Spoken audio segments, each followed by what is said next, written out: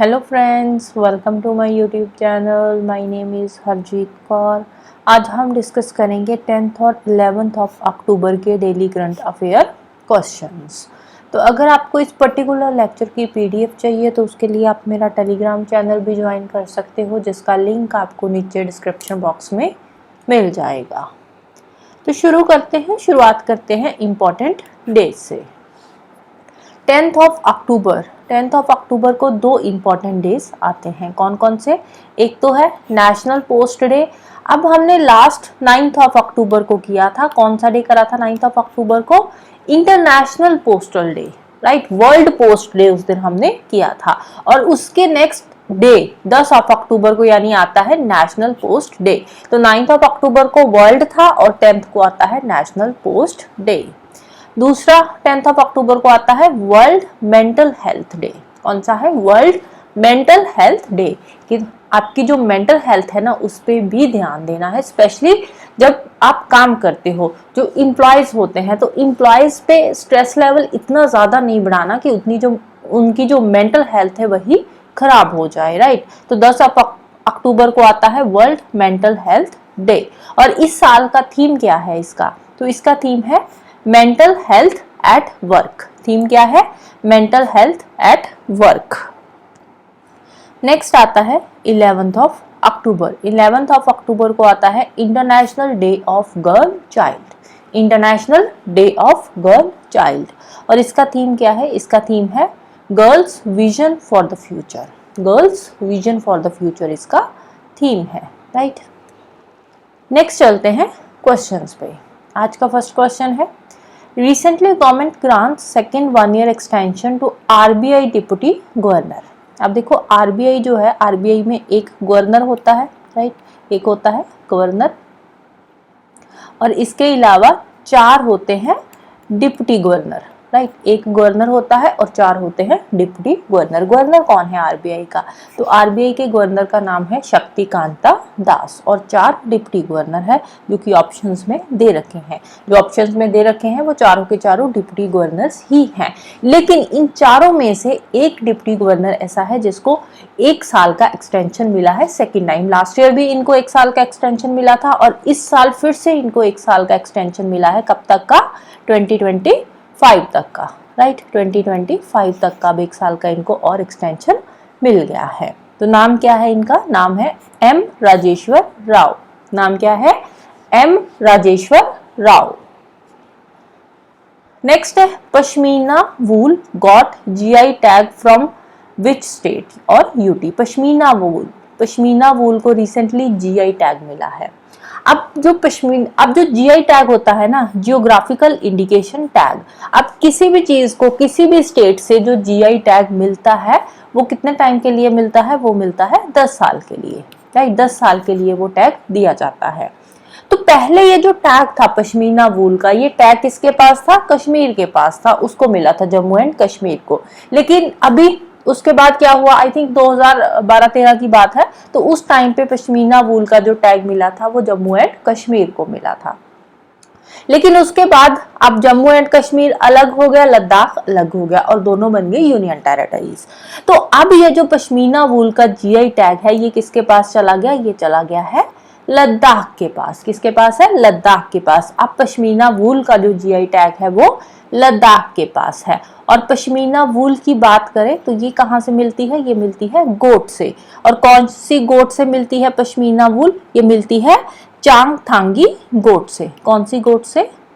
चांगथांगी गोट से। और ये जो चांगथांगी गोट है इसको पश्मीना गोट भी बोला जाता है, राइट। तो इसी से वूल मिलती है, पश्मीना वूल। कहाँ से जीआई टैग मिला हुआ है? इसको लद्दाख से मिला हुआ है, राइट। नेक्स्ट है who got the Kishore Kumar सम्मान फॉर द ईयर 2023। अब इस साल जो किशोर कुमार सम्मान मिल रहा है वो 2023 के ईयर के लिए मिल रहा है। तो ये जो किशोर कुमार सम्मान है ये कौन सी स्टेट गवर्नमेंट देती है? ये देती है मध्य प्रदेश स्टेट गवर्नमेंट। और इस साल का जो ये सम्मान है ये किसको मिल रहा है? ये मिल रहा है राजकुमार हिरानी जी को। किसको मिल रहा है? राजकुमार हिरानी जी को फॉर द ईयर 2023। मिल कब रहा है? 2024 के अंदर। कौन से साल के लिए? 2023 के लिए। राइट। राजकुमार हिरानी जी, ये जैसे पीके मूवी हो गई, मुन्ना भाई एमबीबीएस हो गई, 3 इडियट हो गई, तो इनके जो डायरेक्टर रह चुके हैं राजकुमार हिरानी, तो इनको इस साल सम्मानित किया जाएगा किशोर कुमार सम्मान के साथ, राइट। अब ये सेरेमनी कब होगी? ये सेरेमनी होगी 13 अक्टूबर 2024 के अंदर। अभी 13 अक्टूबर को ये सेरेमनी होगी। कौन सी स्टेट गवर्नमेंट देती है? मध्य प्रदेश स्टेट गवर्नमेंट देती है। मध्य प्रदेश के अंदर खांडवा में होता है। जो खांडवा है ये किशोर कुमार जी का होम टाउन है, राइट। तो इसीलिए खांडवा के अंदर जो एमपी गवर्नमेंट है वो ये सम्मान देती है, और इस सम्मान में 5 लाख का कैश प्राइज मिलता है, एक प्लेक मिलता है, एक तरह का सर्टिफिकेट टाइप होता है, और साथ में एक शाल विद कोकोनट मिलता है, राइट। नेक्स्ट है Midori prize is given in the field of. Midori prize ये इंटरनेशनल लेवल पे होता है मिडोरी प्राइज। तो ये कौन से फील्ड में मिलता है? ये मिलता है बायोडाइवर्सिटी के फील्ड में। कौन से फील्ड में? बायोडाइवर्सिटी के फील्ड में मिलता है। और इस साल ये जो मिडोरी प्राइज है ये 2 लोगों को दिया जा रहा है। कौन कौन से? एक है Vera Voronova and she is from Kazakhstan. Vera Voronova कहाँ से है? कजाकिस्तान से है। और दूसरी है Isabel Augustina Cardron Carlos and she is from Peru. तो ये है पेरू से। तो इन दोनों को ये अवार्ड जो है मिडोरी प्राइज जो है वो मिल रहा है। कब मिलेगा? अक्टूबर के अंदर 29 अक्टूबर को सेरेमनी होगी। कहाँ पे? कोलंबिया में, काली कोलंबिया के अंदर ये सेरेमनी होगी 29 अक्टूबर को। तो उस टाइम पे उनको ये प्राइज दिया जाएगा। कौन सी इंस्टीट्यूशन है जो कि ये प्राइज देती है? तो उसका नाम क्या है? AEON, environmental foundation and the secretariat of the convention on biological diversity. अब देखो सारे पॉइंट्स यहाँ पे इंपॉर्टेंट है। सबसे पहला मिडोरी प्राइज जो है कौन से फील्ड में दिया जाता है? सेकंड किनको मिला है? दोनों के नाम इंपॉर्टेंट है यहाँ पे, किनको मिला है, कहाँ से ये दोनों है, और कब दिया जाएगा, कहाँ पे, वेन्यू, कब, डेट इतनी इंपॉर्टेंट नहीं है, लेकिन जो वेन्यू है वो इंपॉर्टेंट है, कहाँ पे हो रहा है सेरेमनी, ये इंपॉर्टेंट है, right. Next, recently which choreographers national award is revoked. National award दिया जाना था एक कोरियोग्राफर को, उनका ये जो नेशनल अवार्ड है वो रिवोक कर दिया गया है, अब उनको नहीं दिया जाएगा। क्यों? क्योंकि उनके ऊपर लगे हैं पॉस्को के अंडर चार्जेस। किसका, कौन से कोरियोग्राफर है? कोरियोग्राफर का नाम है जानी मास्टर। नाम क्या है? जानी मास्टर। कई जगह पे जॉनी मास्टर भी लिखा हुआ है। तो जानी मास्टर को अब इस साल का जो नेशनल अवार्ड है वो नहीं दिया जाएगा, उनका रिवोक कर दिया गया है। पहले उनको नॉमिनेट किया गया था नेशनल अवार्ड के लिए, लेकिन उसके बाद उनके ऊपर पॉस्को के अंडर चार्जेस लगे हैं। पॉस्को के अंडर चार्जेस लगे हैं। पॉस्को क्या है? Prohibition of children from sexual offences. तो इसके अंडर इन पे चार्जेस लगने की वजह से इनका जो प्राइस है, जो अवार्ड है, वो रिवोक कर दिया गया है, राइट। अभी देखो चार्जेस लगाए हैं, अभी कुछ प्रूफ नहीं हुआ है। अगर प्रूफ नहीं होता तो इनको अवार्ड दे दिया जाएगा, अगर प्रूफ हो जाता है तो फिर नहीं दिया जाएगा, right. Next, where is Banjara Virasat museum. Banjara Virasat museum का रिसेंटली इनॉग्रेशन हुआ है। किसने किया है? हमारे प्राइम मिनिस्टर साहब ने किया है। कौन सी स्टेट के अंदर हुआ है? तो ये इनॉग्रेशन हुआ है महाराष्ट्र स्टेट में। कहाँ पे? महाराष्ट्र स्टेट में बंजारा विरासत। अब देखो बंजारा क्या है? बंजारा एक कम्युनिटी है। जैसे कि जो बंजारा कम्युनिटी है, ये लोग क्या करते हैं? ये कंटिन्यूसली मूव ऑन होते रहते हैं, एक जगह से दूसरी जगह जाते हैं, ट्रेड के पर्पस के लिए आप बोलो या किसी भी पर्पस से, तो ये एक जगह से दूसरी जगह मूव ऑन होते रहते हैं। तो किसी भी एक पर्टिकुलर जगह पे ये लोग नहीं रहते। तो इन्हीं को डेडिकेटेड ये जो म्यूजियम है, ये अभी रिसेंटली इसको लॉन्च किया गया है, बंजारा विरासत म्यूजियम को। कहाँ पे? महाराष्ट्र के अंदर, राइट। वैसे अगर हम बात करें बंजारा कम्युनिटी की, तो ओरिजिनली जो बंजारा कम्युनिटी है ये राजस्थान की है, लेकिन ये जो म्यूजियम बनाया गया है ये महाराष्ट्र में बनाया गया है, राइट। नेक्स्ट है फैडी। क्या है ये Fadi? It is the joint initiative of Bhashini. Bhashini क्या है? ये एक AI टूल है। भाषनी क्या है? एक AI टूल है। And which of the following bank. अब एक बैंक है, दूसरा है भाषनी AI टूल। अब इन दोनों ने मिलकर बनाया है फैडी। फैडी क्या करेगा? फैडी का काम है कि लैंग्वेजेस को ट्रांसलेट करना, राइट। तो अब ये अलग अलग लैंग्वेजेस के साथ डील करेगा जो फेडी है। तो भाषणी ने मेमोरेंडम ऑफ अंडरस्टैंडिंग साइन किया है, कौन सी बैंक के साथ किया है? फेडरल बैंक के साथ ये मेमोरेंडम ऑफ अंडरस्टैंडिंग साइन किया है। और उसके साथ ही इन्होंने एक ये जो बनाया है एआई टूल जिसका नाम है फेडी, राइट। फेडरल बैंक ने मेमोरेंडम ऑफ अंडरस्टैंडिंग साइन किया है भाषणी के साथ। भाषणी क्या है? एक AI powered language translation platform है जो कि जो वर्नाक्युलर लैंग्वेज में सपोर्ट करेगी in its AI virtual assistant फेडी। अब टोटल कितनी लैंग्वेजेस, अलग अलग लैंग्वेज में हम इस पे सर्च कर रहे हैं, कर सकते हैं 14 डिफरेंट इंडियन लैंग्वेजेस में ये रिस्पॉन्ड करेगी जो फेडी है, राइट। नेक्स्ट है Victor Ambros and Gary Ruvkun. Victor Ambros and Gary Ruvkun दोनों ही नाम इंपॉर्टेंट है, याद रखने हैं। Victor Ambros, Gary Ruvkun. अब इन दोनों को क्या मिला है? नोबेल प्राइज मिला है। कौन से फील्ड में? फिजियोलॉजी के फील्ड में। अभी इसी साल 2024 में अवार्ड सेरेमनी अभी होनी है, तो नाम जो है वो सामने आ चुके हैं। फिजियोलॉजी और मेडिसिन भी आप बोल सकते हो इसको, कंफ्यूज नहीं होना। फिजियोलॉजी और मेडिसिन के अंदर दोनों सेम ही है, मेडिसिन और फिजियोलॉजी। तो दो लोग हैं, Victor Ambros and Gary Ruvkun, दोनों को मिला है मेडिसिन और फिजियोलॉजी के फील्ड में नोबेल प्राइज मिलने जा रहा है। अभी इनका नाम सामने आया है।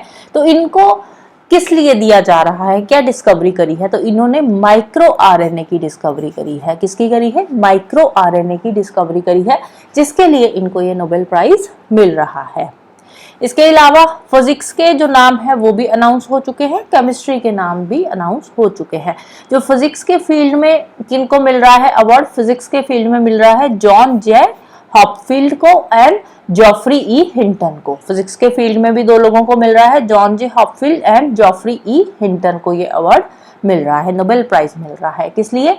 मशीन लर्निंग के लिए, machine learning with artificial neural network. तो इसके फील्ड में इन दो लोगों को मिल रहा है। केमिस्ट्री के फील्ड में किसको मिल रहा है? इसमें डेविड बेकर है, डेमिस हैसाबिस एंड जॉन जंपर। यहाँ पे 3 लोगों को मिल रहा है केमिस्ट्री के फील्ड में। किसके लिए? प्रोटीन रिसर्च के लिए, प्रोटीन रिसर्च के लिए, राइट। तो 3 जो नाम है अनाउंस हो चुके हैं, मेडिसिन के फील्ड में, फिजिक्स एंड केमिस्ट्री के फील्ड में, राइट। तो 3 बाकी के जैसे जैसे अनाउंस होंगे वैसे वैसे हम उनको याद करेंगे, राइट। अब देखो जो नोबेल प्राइज होता है ये टोटल 6 डिफरेंट फील्ड्स में दिया जाता है। कौन कौन से हैं? फिजिक्स, केमिस्ट्री, मेडिसिन, ये 3 तो हम देख चुके हैं। चौथा है इकोनॉमिक साइंस, 5वां है लिटरेचर और 6th है पीस। तो ये 6 फील्ड में ये जो है नोबेल प्राइज वो दिए जाते हैं। 4 अलग अलग इंस्टीट्यूशंस है जो ये प्राइज देती है। 6 प्राइज मिलते हैं और 4 अलग अलग इंस्टीट्यूशंस है जो कि ये प्राइज देती है। तो यहाँ पे ये चारों के नाम लिखे हुए हैं। कौन कौन से है? एक है Royal Swedish Academy of Science, ये देती है physics, chemistry and economic science के फील्ड में। Nobel prize at the Karolinska Institute, ये देती है फिजियोलॉजी और मेडिसिन के फील्ड में। तीसरी है स्वीडिश एकेडमी, ये देती है लिटरेचर के फील्ड में। एंड नॉर्वेजियन नोबेल कमेटी, ये देती है पीस के फील्ड में, राइट। नेक्स्ट है United Kingdom agrees to hand over the Chagos island to which of the following country. United Kingdom मान चुका है कि हम जो चागोस आइलैंड है वो जो भी कंट्री है उसको हम एक पर्टिकुलर कंट्री को हैंड ओवर कर देंगे। उस कंट्री का नाम हमने बताना है कि जो चागोस आइलैंड है वो कौन सी कंट्री को यूनाइटेड किंगडम हैंड ओवर करने जा रहा है। तो चागोस आइलैंड जो है वो ओरिजिनली मॉरिशस का आइलैंड था। किसका था? मॉरिशस का आइलैंड था। और अब यूनाइटेड किंगडम ने बोल दिया है कि हम चागोस आइलैंड जो है वो मॉरिशस को वापस कर देंगे, राइट। तो एक बार लोकेशन देख लेते हैं। ये रहा चागोस आइलैंड, चागोस आर्कीपिलागो। आर्कीपिलागो क्या होता है? ग्रुप ऑफ आइलैंड्स, बहुत सारे आइलैंड्स यहाँ पे होते हैं। तो यहाँ पे है ये सारा का सारा चागोस आर्कीपिलागो। और इसी में एक आता है छोटा सा आइलैंड जिसका नाम है दीगो गार्शिया। नाम क्या है? दीगो या दियागो गार्शिया। लेकिन अब देखो जो चागोस आइलैंड्स है ना वो तो मॉरिशस को वापस कर रहा है, लेकिन ये जो दीगो गार्शिया है ये अभी भी यूके के पास है। 99 इयर्स की लीज पे ये यूनाइटेड किंगडम के पास है। दीगो गार्शिया ये वापस नहीं करेगा, बाकी के जो चागोस आइलैंड्स है वो मॉरिशस को ये वापस कर देगा। तो ये रही मॉरिशस की लोकेशन। यहाँ पे नीचे, यहाँ पे मेडागास्कर है, यहाँ पे है सेशल्स, राइट। अब देखो ये जो सॉरी, ये जो चागोस आइलैंड है इनकी जो स्टोरी है वो शुरू होती है 1814 से। 1814 में ये जो चागोस आइलैंड था ये यूनाइटेड किंगडम ने अपने अंडर कर लिया था। तो 1814 में यूनाइटेड किंगडम का यहाँ पे कंट्रोल हो गया। उसके बाद 1965 के अंदर जो मॉरिशस था वो चागोस आइलैंड से अलग हो गया, राइट। मॉरिशस जो था वो चागोस आइलैंड से अलग हो गया। पहले ये सारी की सारी एक ही टेरिटरी थी और सारे पे कंट्रोल किसका था? ब्रिटिशर्स का कंट्रोल था। 1965 के अंदर मॉरिशस जो अलग हो गया और उसके बाद फाइनली 1968 में, इसके 3 साल बाद यानी थी 1968 के अंदर जो मॉरिशस था उसको इंडिपेंडेंस मिल गई, राइट। यूनाइटेड किंगडम से, ब्रिटिशर्स से इनको इंडिपेंडेंस मिल गई। किसको? मॉरिशस को। 1968 के अंदर जो मॉरिशस था इसको इंडिपेंडेंस मिल गई। अब उसके बाद लेकिन ये जो चागोस आइलैंड था ना, इस पे स्टिल किसका कंट्रोल था? ब्रिटिशर्स का कंट्रोल था। अब उसके बाद 1970s में, 1980s में धीरे धीरे इन्होंने क्या किया, जो ब्रिटिशर्स थे इन्होंने ये चागोस आइलैंड पे अपना एयरबेस बनाना शुरू कर दिया। फाइनली 2000 के अंदर आकर, 2000 में आकर इन्होंने क्या किया, यहाँ के जो लोकल लोग थे ना, इनको इन्होंने बोला कि यहाँ से आप रिलोकेट हो जाओ, कहीं भी जा सकते हो, सेशल जा सकते हो, मॉरिशस जा सकते हो, मेडागास्कर जा सकते हो, कहीं भी जा सकते हो, लेकिन यहाँ से आप चले जाओ। वहां से जो वहां के जो लोग थे उनको रिलोकेट कर दिया गया और वहां पे अपना एयरबेस बना लिया। उसके बाद 2022 के बाद ये बहुत सारी निगोशिएशंस हुई, ये जो है मॉरिशस और ब्रिटिशर्स के बीच में, और फाइनली अब जो चागोस आइलैंड है वो मॉरिशस को वापस कर दिया जाएगा, राइट। और ये जो केस था ये आईसीजे के पास पहुंचा था, इंटरनेशनल कोर्ट ऑफ जस्टिस के पास पहुंचा था। तो वहां पे बहुत सारी जो है एग्रीमेंट्स हुए और फाइनली अब ये ब्रिटिशर्स ने अभी ये बात मानी है कि हम चागोस आइलैंड मॉरिशस को वापस कर देंगे, राइट। तो स्टोरी 1814 की है, जब ब्रिटिशर्स का कंट्रोल हुआ था चागोस आइलैंड मॉरिशस पे। 65 में मॉरिशस अलग हो जाता है, 68 में मॉरिशस को इंडिपेंडेंस मिल जाती है और 2000 से यहाँ पे जो लोग रहते थे उनको सेशल, मेडागास्कर, मॉरिशस वहां से रिलोकेट कर दिया गया चागोस आइलैंड से, राइट। और अभी भी जो डियागो गार्सिया है ये यूनाइटेड किंगडम के कंट्रोल के अंडर ही रहेगा, राइट। नेक्स्ट है हरिकेन मिल्टन। हरिकेन मिल्टन ये अभी रिसेंटली ओरिजिनेट हुआ है गल्फ ऑफ मैक्सिको से और फ्लोरिडा की तरफ ये बढ़ रहा है। कहाँ पे जा रहा है? फ्लोरिडा की तरफ ये बढ़ रहा है। हरिकेन मिल्टन नाम क्या है? हरिकेन मिल्टन नाम याद रखना है। नेक्स्ट है M Ramachandran who passed away recently was a famous. M Ramachandran recently इनकी डेथ हो चुकी है। तो ये कौन थे? ये एक famous Malayalam radio news anchor थे। कौन थे? Famous Malayalam radio news anchor थे। नेक्स्ट है who won MotoGP Japanese Grand Prix. MotoGP Japanese Grand pre.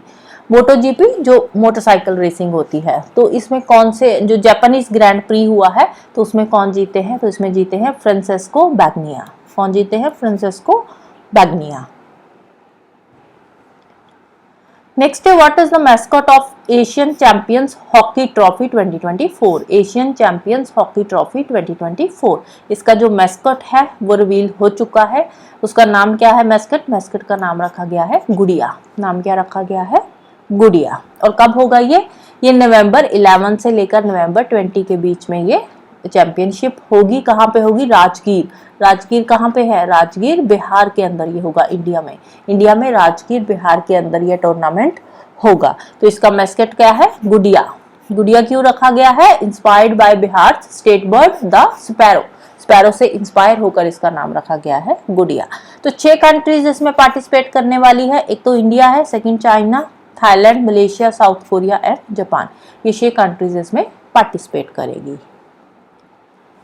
Next है who win China Open 2024 by defeating Karolina Muchova. Karolina Muchova को हराकर China Open 2024 किसने जीता है?